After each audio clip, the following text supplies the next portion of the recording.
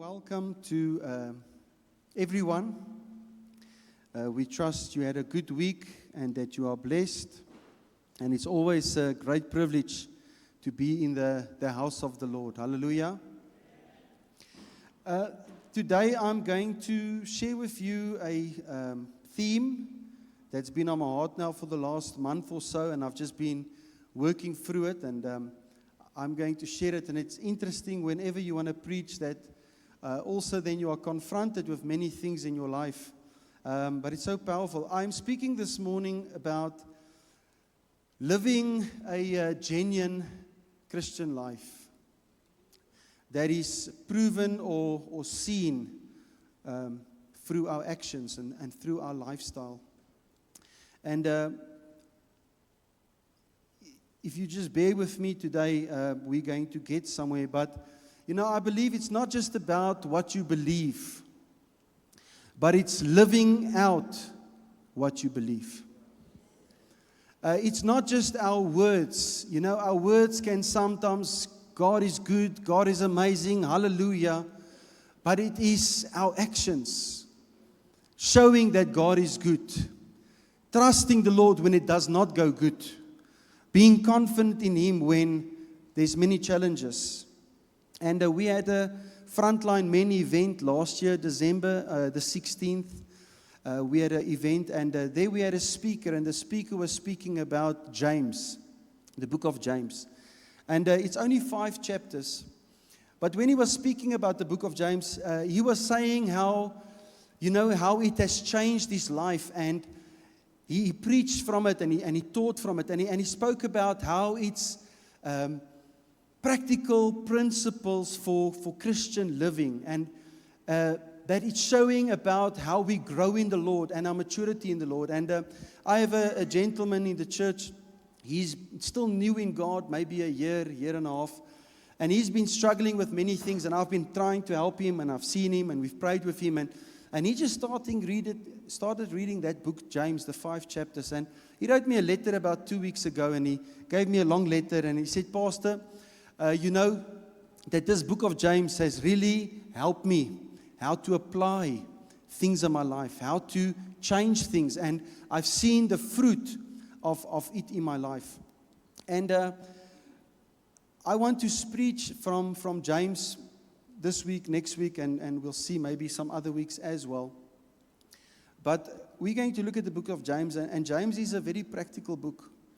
It's a book where James is giving us instruction, principles of how to live a Christian life, how to walk as a Christian, how to handle things, how to handle life. And, you know, he speaks about how we need to grow into maturity, spiritual maturity, and that, you know, what is the evidence? How do we know that we are growing spiritually in the Lord? You know, when we grow older or we grow mature in our lives, there's an evidence that takes place. My son is now in that phase where he's moving over to, a teenager. So he's going through puberty, and the voice is changing, and he's getting hair under his arms, and he's not understanding it. But there's an evidence that he's maturing. When we grow older, when I grow older, there's an evidence that my life, I'm becoming older, I'm becoming more mature.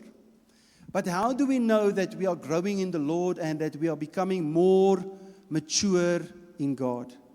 And this is what James is saying. James is giving like 40 plus instructions, principles about here is how you will know that you are maturing in the Lord, that you are growing in God, that this is the way that the mature child of God needs to live, needs to act, needs to operate, needs to handle things. It's a practical step. And James wrote the book of James. He's the half-brother of Jesus. He's the half-brother because they've got the same mother, not the same father, because God is the father of Jesus.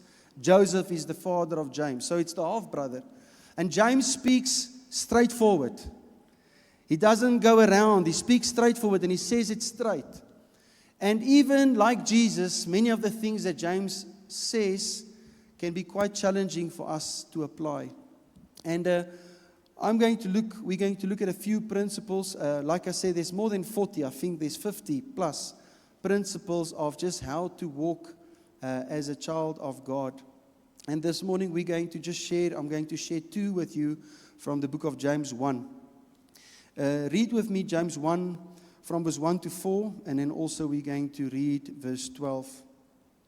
James, a servant of God and of the Lord Jesus Christ, to the 12 tribes scattered among the nations. He's speaking to the Jewish believers that is scattered all over.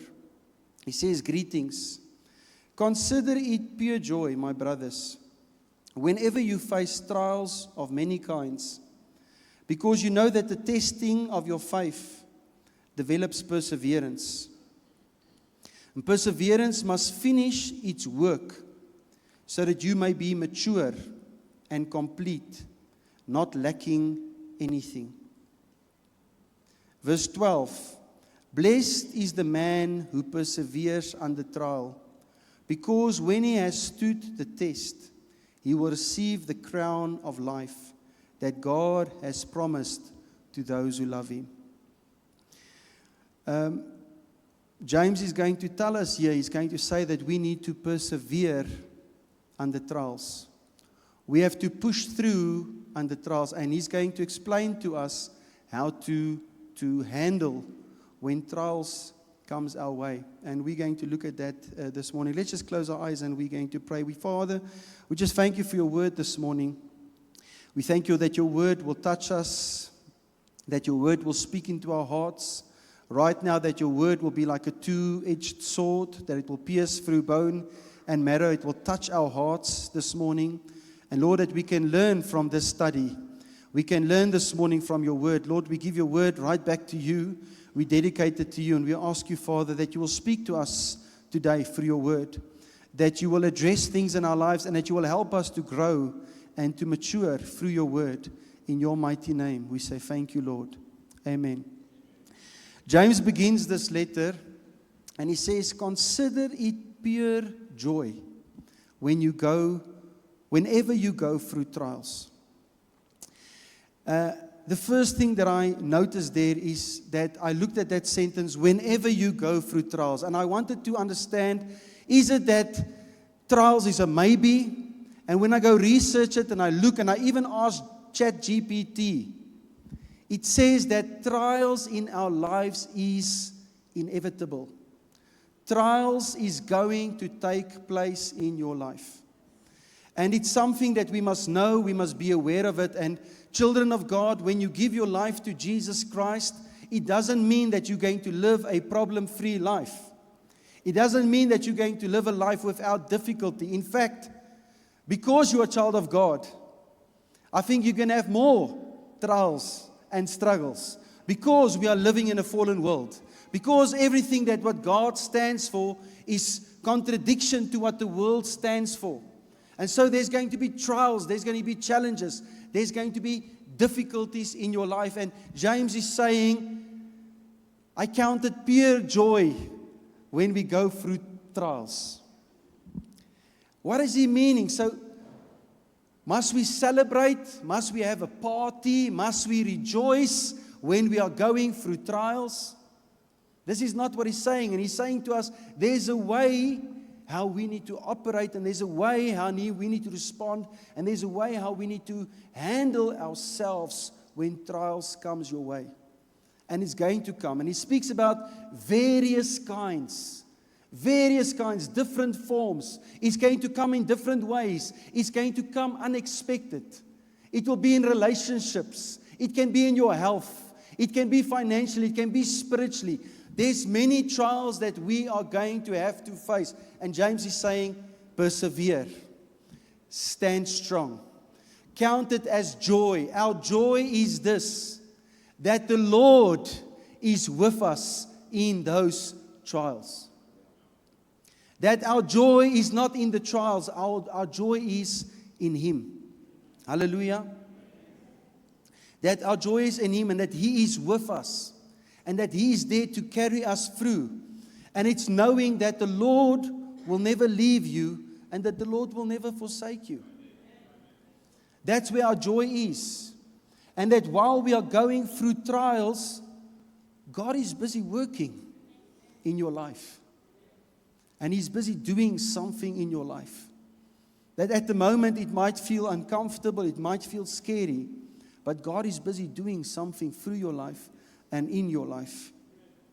In Psalms 34 verse 15 it says that the eyes of the Lord are on the righteous, and that His ears is attentive to our cries. And sometimes it's just good to hear that, our lives are still in the palm of God's hands. That God is doing something good in the midst of difficulties. Now, I ask myself the question, why does trials happen? Why does the Lord sometimes allow trials to take place in our lives? And I came up with 3 reasons, and there's probably many more. But we're going to look at that. And my first reason is because through trials, God wants to bring us to maturity. God wants to mature us. He wants to strengthen our faith. In verse 3, James 1 verse 3, it says, because you know that the testing of your faith develops perseverance. You see, when we go through difficult times, there is something that is developing inside of you. And what is developing inside of you is perseverance. That perseverance is not giving up, pushing on, trusting God, looking for solutions, seeking Him, staying faithful to Him. It's an opportunity for us to live out our faith. You see, our faith is not tested when everything is good. When I've got a lot of money in the bank, my bank account is full, I've got a great work. Oh, God is my provider. Hallelujah. But it's when I don't have a work. It's when I don't have money.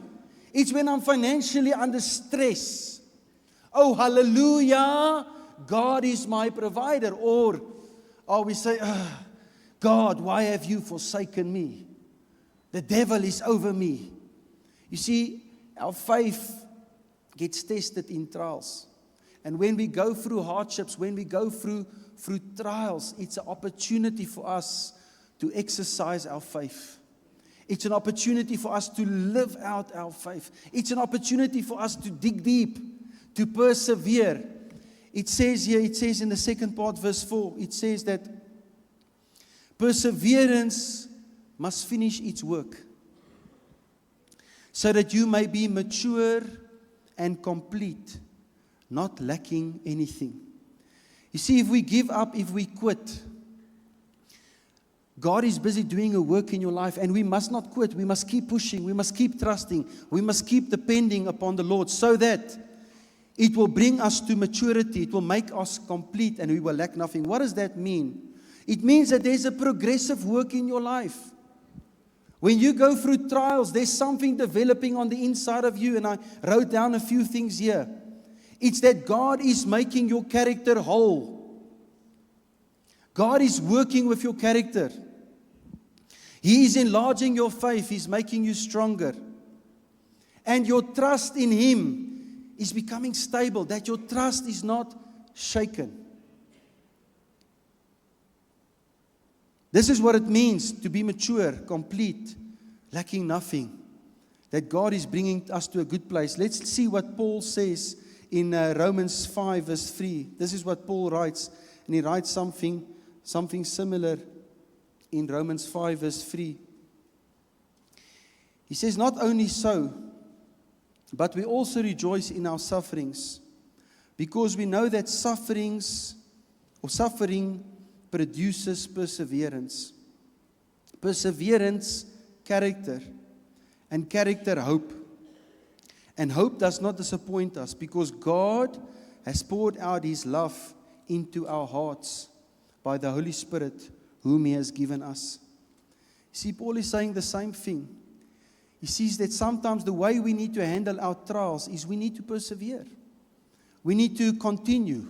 We need to push. We need to rely on the Lord, that in that time of trials and difficulties and struggles, that God is doing a work in your life.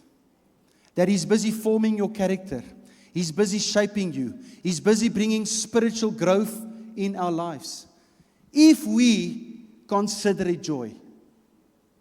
Do you understand what I'm saying? This is what James is saying. James says, consider it joy when you go through trials and tribulations. Consider it joy because God is with you. Jesus is with you. He is there. Lean on Him. It's an opportunity for you to exercise your faith, to trust Him, to lean on Him, to pray, to seek for counsel, to seek for advice, to seek for opportunities, to say, Lord, how am I going to get through it? And if you persevere, the Lord is doing something in your life. Hallelujah. So the first reason is to mature us, that God wants to bring spiritual maturity in our lives. And many people, when they go through trials and tribulations, they leave the Lord. They fall back. They let go of their faith. They get faint-hearted. They trust less. They depend upon themselves. They try to make it. And yes, you must try to make it. But our hope is in the Lord. Our strength is in the Lord. Are you with me this morning? So that's one of the first reasons why I believe sometimes that we go through trials in our lives. The second reason is that God uses it to correct us. That sometimes we go through trials because God uses it to correct us. And if I'm honest and if we are honest, sometimes we go through trials and we go through struggles because of our own disobedience. Because we were disobedient toward the Lord, we walked away from God, we did our own thing, and we brought trials and issues upon ourselves. And sometimes if we continue to live a sinful life, we think we just do our own thing and we just live the way we want to live, that God is just going to turn His face away, He's just going to accept it. He doesn't.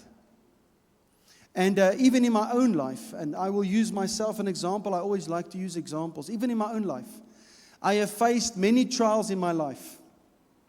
Some was just to mature me, but other things in my life was because of my own doing. It was because of my own disobedience. It was because, not necessarily sin, but just doing things, following my own head, not seeking counsel, not seeking wisdom, not praying about it, getting involved in things I should not get involved in.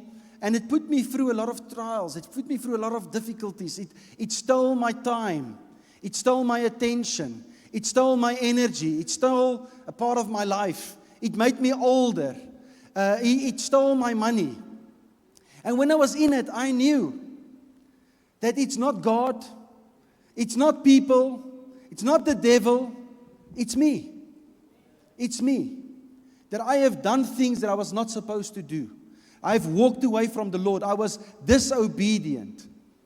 And because of that, I had to face these trials. And it was in that moment that I had to cry out to the Lord and say, Lord, I ask for forgiveness. Lord, be merciful to me. I've missed it. I've made a mistake. Lord, now I'm sitting with this.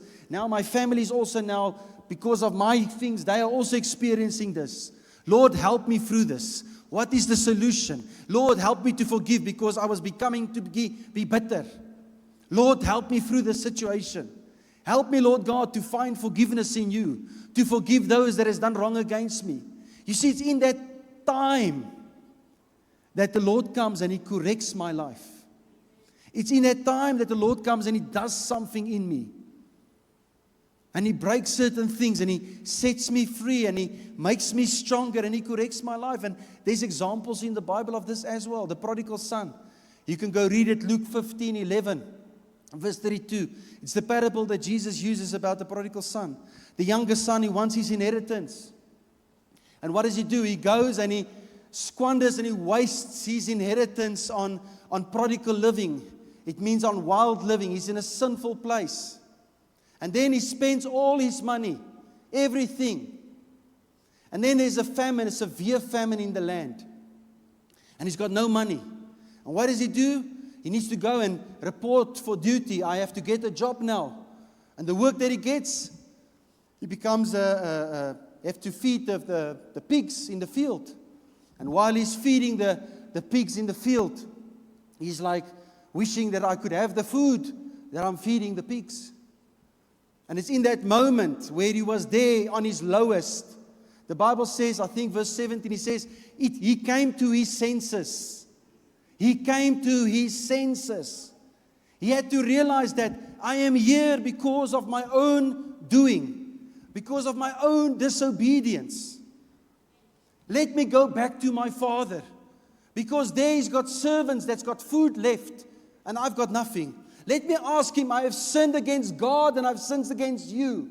Let me just be a servant in your house. And we know the remainder of the story.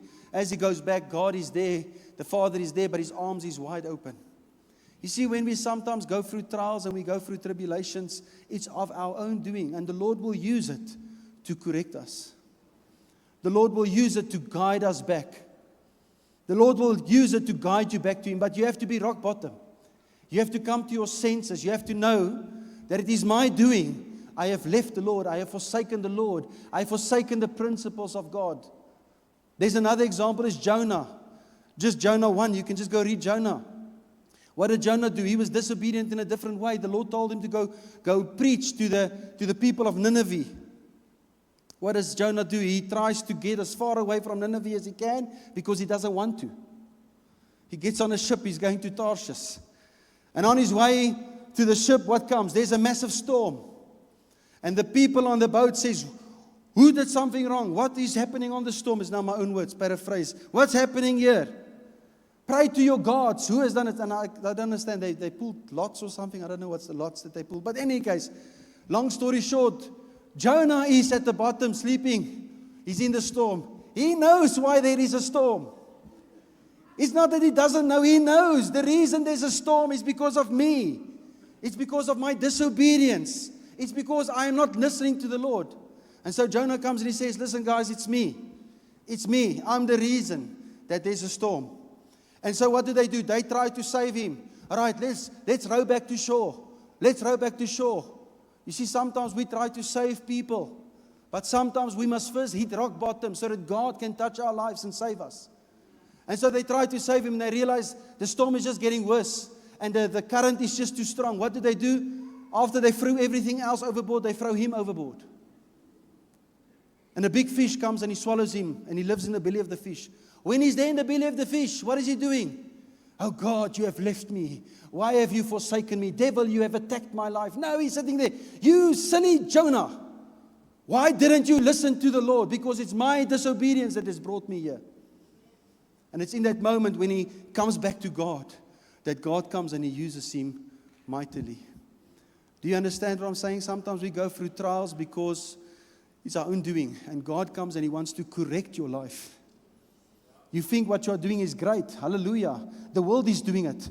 God's got a plan for you. He's called you. He's called you, and he's going to sometimes allow things to happen to direct you back to where he wants you.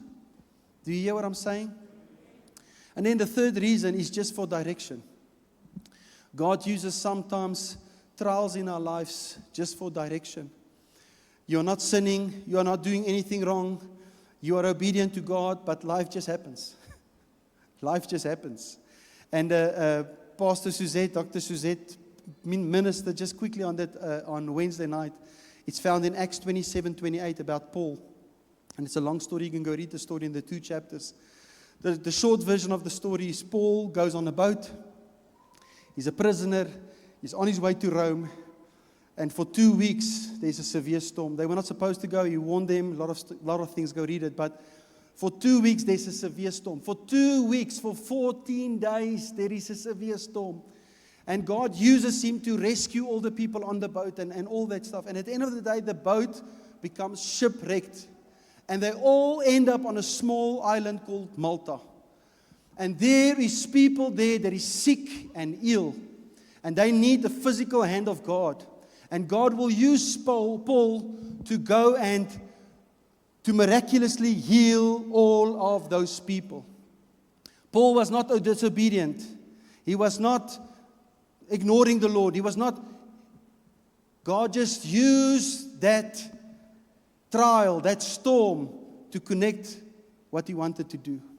And I want to say to you that sometimes there's things that happens in our lives. There's sometimes just things happen. And God just sometimes is in it. Because He just wants to use it to direct you in a certain place. Sometimes we lose our work. And we think, oh Lord, why did I lose my work? What has now happened? And in that moment there's fear, there's anxiety, there's concern. But James is telling us, rejoice when you go through trials because God is in it. God is with you. And it's in that moment that He is going to carry you. He's going to lift you up. He's going to lead you and He's going to direct you to where He wants you. If we rejoice and we handle it in that way to say, Lord, this is happening in my life. What are you doing in my life? What are you doing now in my life? My strength is in you. Yes, I'm scared. Yes, but Lord, I'm just trusting you. And I'm using this example specific because I was reminded when I was preparing. I was reminded about my father when he started the ministry and how it came about.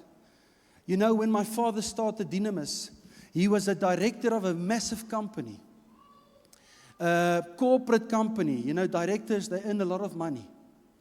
And he was not disobedient.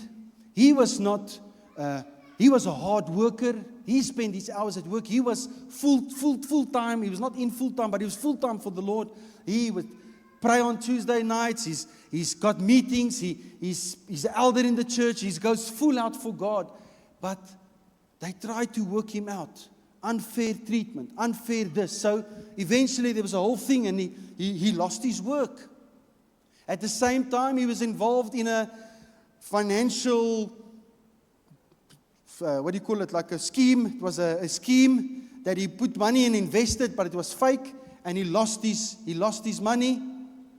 And he went through all these trials and challenging times. And I remember as a child, for 2 years, 3 years, he went through trials. He went through struggles. He went through hardship. He went through different things. But he didn't do anything wrong.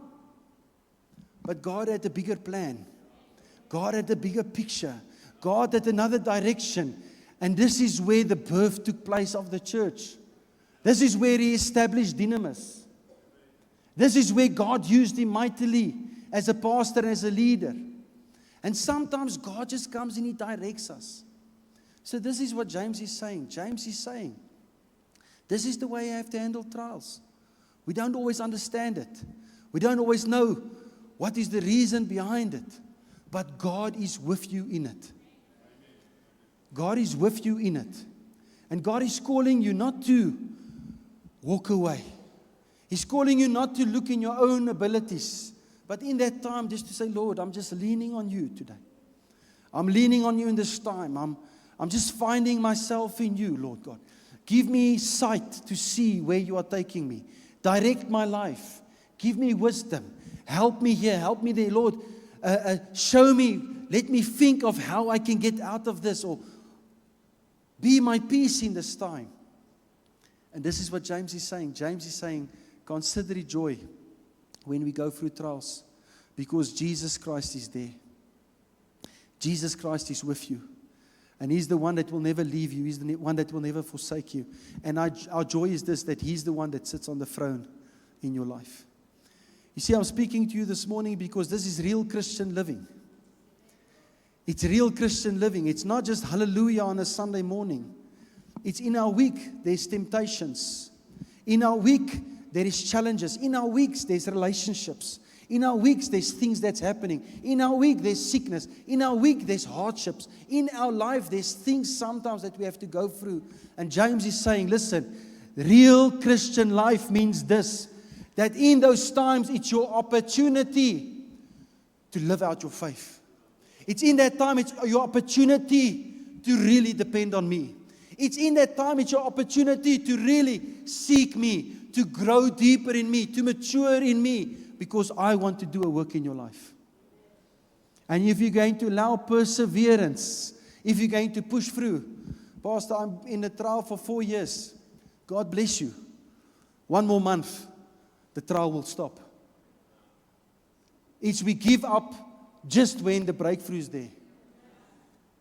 Just persevere until God comes and He changes things in your life. He needs to work in you. He needs to break things in you.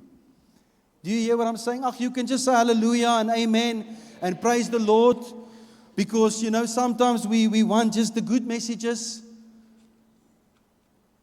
But I just want to share with you the real messages also.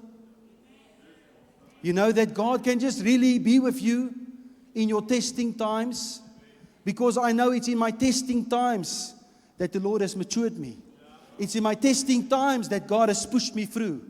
It's in my testing times that I can stand here and my faith is strong in the Lord. Whether I've got no money in the bank or a lot of money in the bank, I still praise and worship God, the King of Kings and the Lord of Lords, because He has built something in me. He has strengthened my character. He has made me strong. Perseverance has worked in my life.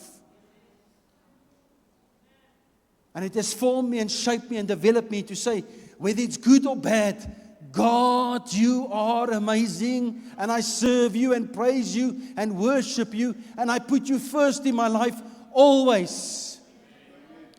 Whether my wife and I am fighting and we go through a terrible time, we will praise you and worship you and ask you to help us. When my children is sick, I will praise you and worship you and trust you. I said this a long time ago, and I don't know why I'm saying it now, but, many of us that's so fortunate to have medical aid, it causes us not to trust God for healing. I've seen it. Some of the people that we are not privileged to have medical aid, when you are sick, you are very sick, what is your solution? What is your solution? It's just God. It's prayer. It's Lord, I'm just trusting you because my child is sick. I can't take him to the government hospital because he might die there. I might have to wait a month before I get an appointment. Lord, I'm just trusting you. But me, medical aid, my child is sick. Oh, thank you, Jesus. Let me take him to the doctor. You see, it's when we don't have. And life sometimes wants to desensitize us from really trusting God. And doctors is amazing. God uses them. I'm not saying any, I'm just giving an example that we need to learn to really put our faith into action. Hallelujah. So that's the first principle this morning that I want to share with you. The second principle, I'll go quick. It's found in James 1, verse 21. Let's just read it. 22. Let's read it together. 22. Do not merely listen to the word and so deceive yourselves. Do what it says. Anyone who listens to the word but does not do what it says is like a man who looks at his face in a mirror. And after looking at himself, he goes away immediately and forgets what he looks like. But the man who looks intently into the perfect law that gives freedom and continues to do this, not forgetting what he has heard, but doing it, he will be blessed in what he does. The principle that James is teaching us is saying here that we need to put God's word into practice. That we have to take action, that we have to do what the word of the Lord says. There's passages in the Bible that we all love. Jeremiah 29:11. God's got good plans for me. He wants to prosper me. He wants to give me life. He wants to give me a future. Oh, hallelujah. I take that word. I stand on that word. I accept that word. I receive that word. I meditate that word. Lord, it's my portion. Hallelujah. The Lord wants to bless me. And then there's a scripture in the Bible, when you look at a woman and you lust for her, you have committed adultery already. Let me skip that one. Let me just ignore that one. Let me just bypass that one. Love your neighbor as yourself. Okay, now who's my neighbor? Probably just the people next door, not too many, because I don't really, it's not everyone. It's just, let me skip that one also. You see, we cannot choose what we... Hello? Hello? Hello? There we back. We cannot choose what we want to pick and what we don't want to pick.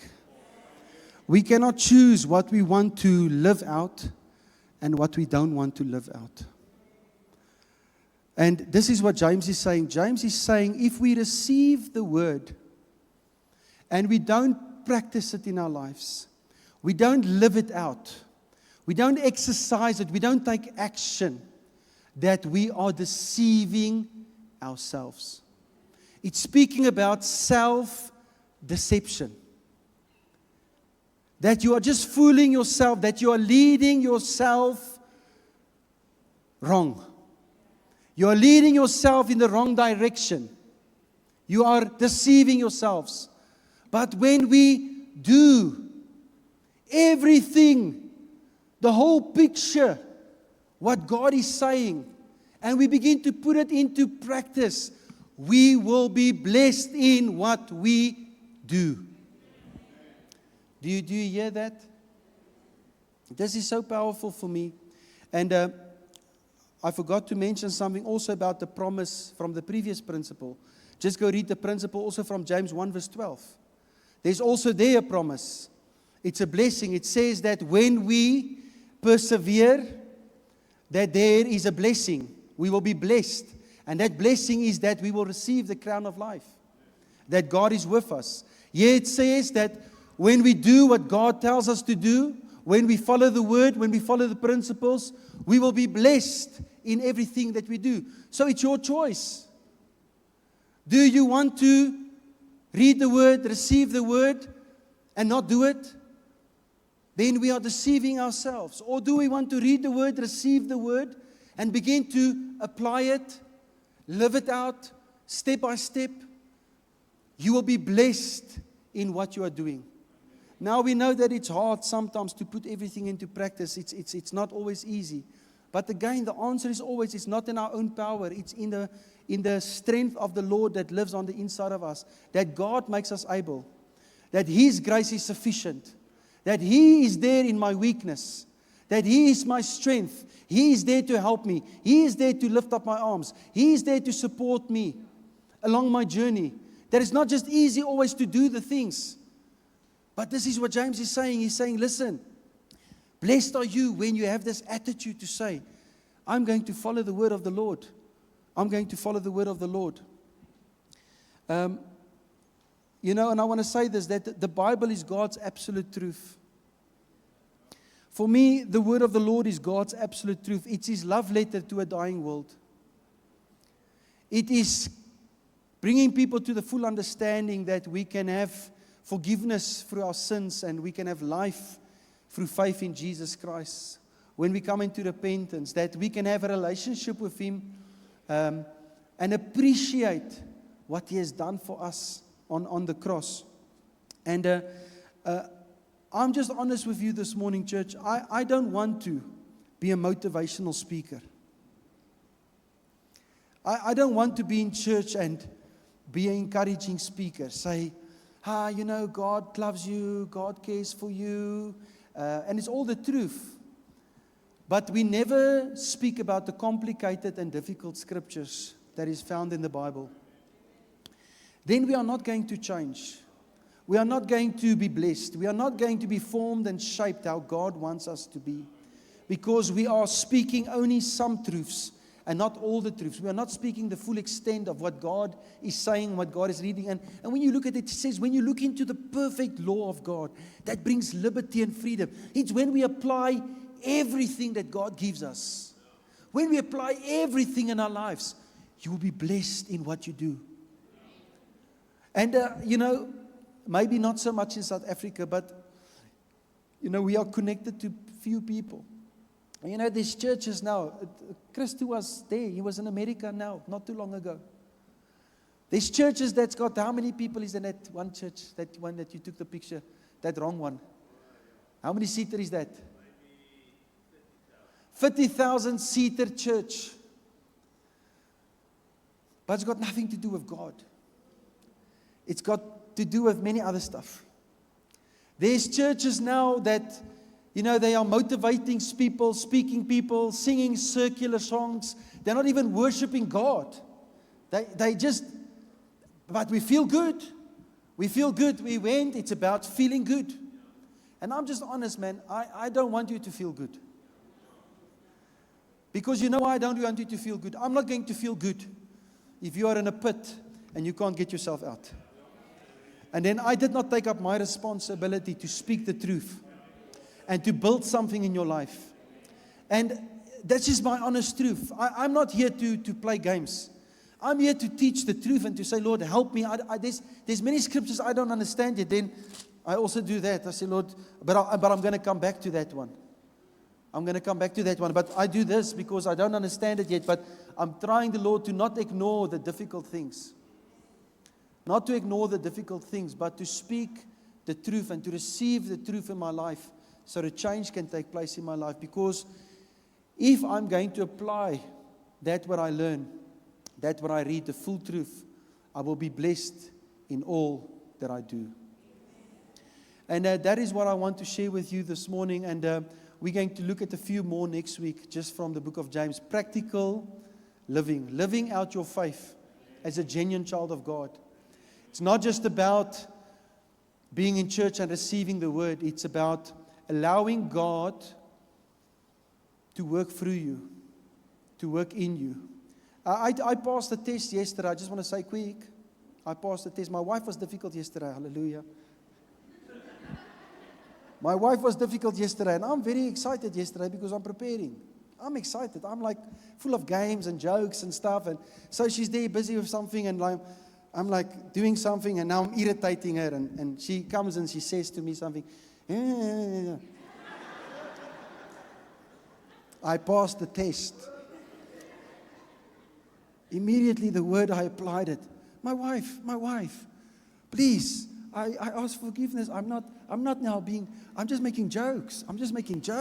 It's okay. And she wants to be like a little bit more, but then I see her, my wife, please, my wife, please. And then she quickly changes. You see, it's when we apply the word in our lives, there's fruit. There's fruit. We will be blessed in all we do. It's difficult to apply the word. I struggled with, like I said, bitterness a while ago, and it was tough because of unforgiveness. Unforgiveness makes you bitter. I was upset with somebody because they've done me in with many, many things. And I had to go to the Lord and say, Lord, help me. Help me, I forgive. Help me to forgive. Help me to speak free. Help me to do whatever. And the Lord has done that. The Lord has done that, and the Lord has established something in my life, and I'm thankful. But it's because of the Word of God that we are applying in our lives. It's not always easy. It's not always easy, but this is what James is saying. Church, live a real Christian life. Live a genuine life where your faith is. It's proven in your actions. It's proven in your living. It's in your lifestyle. It's not in your words. It's not in my heart. My motive is in my heart. It's in your actions. It's in your lifestyle. It's the way you do things. And we're going to look at that more next week. Amen. Let's close our eyes and we're going to pray. Father, we just thank you even today that we can just pray for people that is going through trials. And Lord, we are not just making a joke of it, because we know that when we are in a trial, it's very tough. It's never easy. It's sometimes very hard. It's sometimes very difficult. And many times it affects our livelihood to such an extent that we feel we're going to lose everything, or we're going to lose things in our lives, or we're going to lose people in our lives. And even sometimes, Lord, it just affects us spiritually, emotionally, physically, and in many areas. But God, this morning through your word, you are saying that in the trials, that we must consider it a joy because you are there with us. That you are there with us in that moment, that you are there to lift us up, you are there to carry us, you are there to support us, you are there to guide us, and that, Lord, that you are going to take us through that trial. And Lord, when we get through it, it's going to be better. That, God, you are going to form and shape something in our lives, and you're going to establish something in our lives. And Father, that, Lord, that through us persevering and going on, that perseverance, Lord God, will do a work in our lives. It will build our character. It will bring us to maturity. It will correct us and it will direct us, because you are just an amazing Father. That, Lord, in every situation, doesn't matter what it is, even in difficulties, Father, I pray, Lord, that you will just help us through it, that you will strengthen our lives through it, that you will give us the capacity, the mental, the wisdom, the mental ability, the wisdom to really just seek you, to look for the answer and not look for problems, to look for the solutions and just to work through it. And Father, we thank you that in everything you are doing a work in our lives. And Father, I just pray for every person that's right now facing tough, difficult, challenging times. Father, I just pray that you will be with them in this moment, that you will strengthen them in healing, in finances, spiritually, mentally, relationships, whatever it may be, Lord, in life. We just pray, God, that you will show yourself strong. And Lord, whenever we face these things, that we will be ready for it. Lord, that we know that it's an opportunity for us to live out our faith. It's then when we are tested, our faith is being tested. It's not you necessarily testing us. Sometimes it's just life. But it's an opportunity for us to exercise our faith and to really just stand on your word, stand on your promises, stand on your strength, stand on your goodness, stand on your mercy. And I pray, Lord, this morning that you will cover all of us with the blood of Jesus Christ. Father, that you will speak into our hearts and to our lives. And Father, that we can grow and we can mature. And Lord, that there will be evidence in our lives that we are growing stronger in you. We thank you, we love you, and we appreciate you, Lord. Amen.